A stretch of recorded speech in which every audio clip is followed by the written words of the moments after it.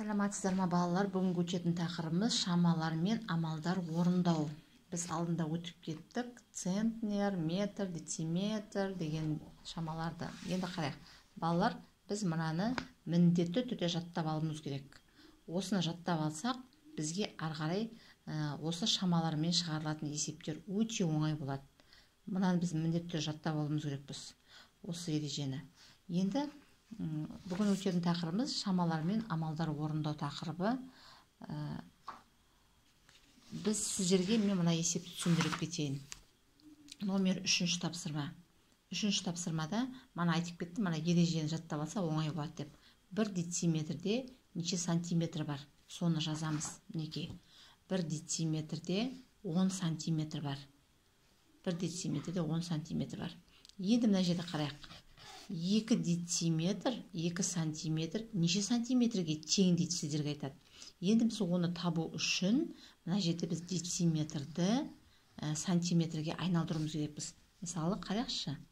2 дециметр, 2 сантиметр. Мінекей. Бізге сұрайды неше сантиметр деп. Сантиметр неше дейді. Енді біз жерде дециметр бар. Ол үшін не істейміз? Мына біз дециметрді мына сантиметрге айналдыруымыз керекпіз. Ойланайық, 1 дециметрде неше сантиметр бар еді? 1 дециметрде 10 сантиметр бар. Ал 2 дециметрде 20 сантиметр бар. Сонда мынау біз сантиметрге айналдырған кезде, мына 2 дециметріміз 20 болады. 20-ға енді мына қасында тұрған 2 сантиметрді қосамыз. 20-ға 2-ні қосқан кезде, міне бұл жерде 22 сантиметр. Біз міне осыны пайдаланамыз. Себебі дециметрді біз сантиметрге айналдырып, мына 2-ні қостық. Сонда 22 сантиметр шықты.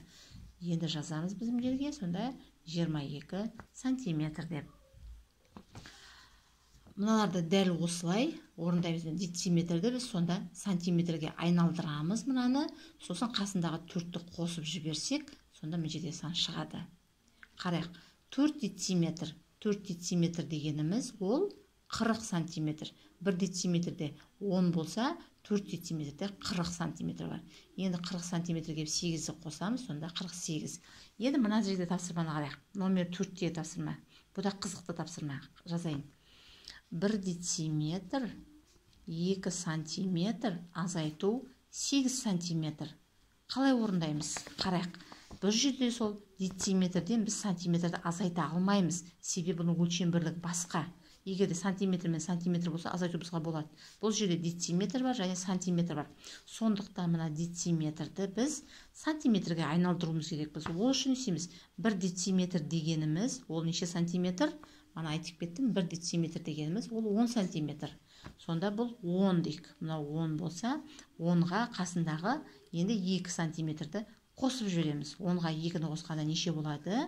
12 сантиметр болады. Міне енді біз мынаумен жұмыс жасаймыз. Айналдырып алдық. 12. Но бізге енді қажет емес, біз айналдырып алдық. Енді осы 12-ден біз келеміз де мына 8 сантиметр алған кезде шығады 4 сантиметр. Міне дәл осылай. Мына жерде сол. 1 метрден 7 дециметр қалай аламыз? 1 метрден 7 дециметрді қалай аламыз? Біз метрден 7 дециметрді ала алмаймыз. Метр мен дециметр. Себебі 1-ден 7 алынбайды. Сондықтан біз метрді неге айналдырамыз? Дециметрге айналдырамыз. Қарайық. 1 метрде мінекей 10 дециметр бар. Сонда біздің 1 метр дегеніміз бұл 10 дециметр.